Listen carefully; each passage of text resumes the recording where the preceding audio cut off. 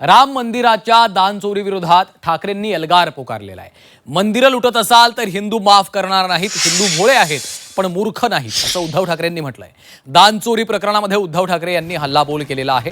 अयोध्येतील श्रीराम मंदिरातील दानचोरीच्या विरोधात उद्धव ठाकरेंची शिवसेना आक्रमक झाली आहे। शिवसेना युबीटी कडून आज दादरच्या हनुमान मंदिरात रामरक्षा आंदोलन करण्यात आलं। दादरच्या ऐतिहासिक हनुमान मंदिरात महाआरती तसंच रामरक्षा स्तोत्र आणि हनुमान चालीसा मारुती स्तोत्र पठणानं राज्यव्यापी आंदोलनाची सुरुवात झाली आहे।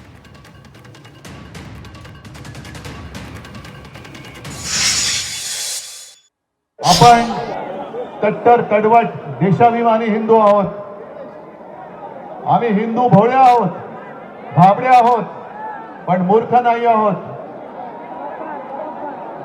आपल्या हिंदुत्वाचा गैरफायदा घेऊन जर कोणी मंदिर लुटत असेल तर मी परवाच बोललोय, अब हिंदू माफ नहीं करेगा। शिवसेनेने तिकडे देणगी दिली होती, आपण उपकार नव्हते केले, आपण एक कर्तव्य केलं होतं, फुलला फुलाची पाकळी म्हणून आपण तिकडे ती देणगी दिली होती। 1 कोटी चांदीची वीट दिली होती, सिंधी समाजाने चांदीच्या विटा दिल्या होत्या। कुठे गेले हे सगळं?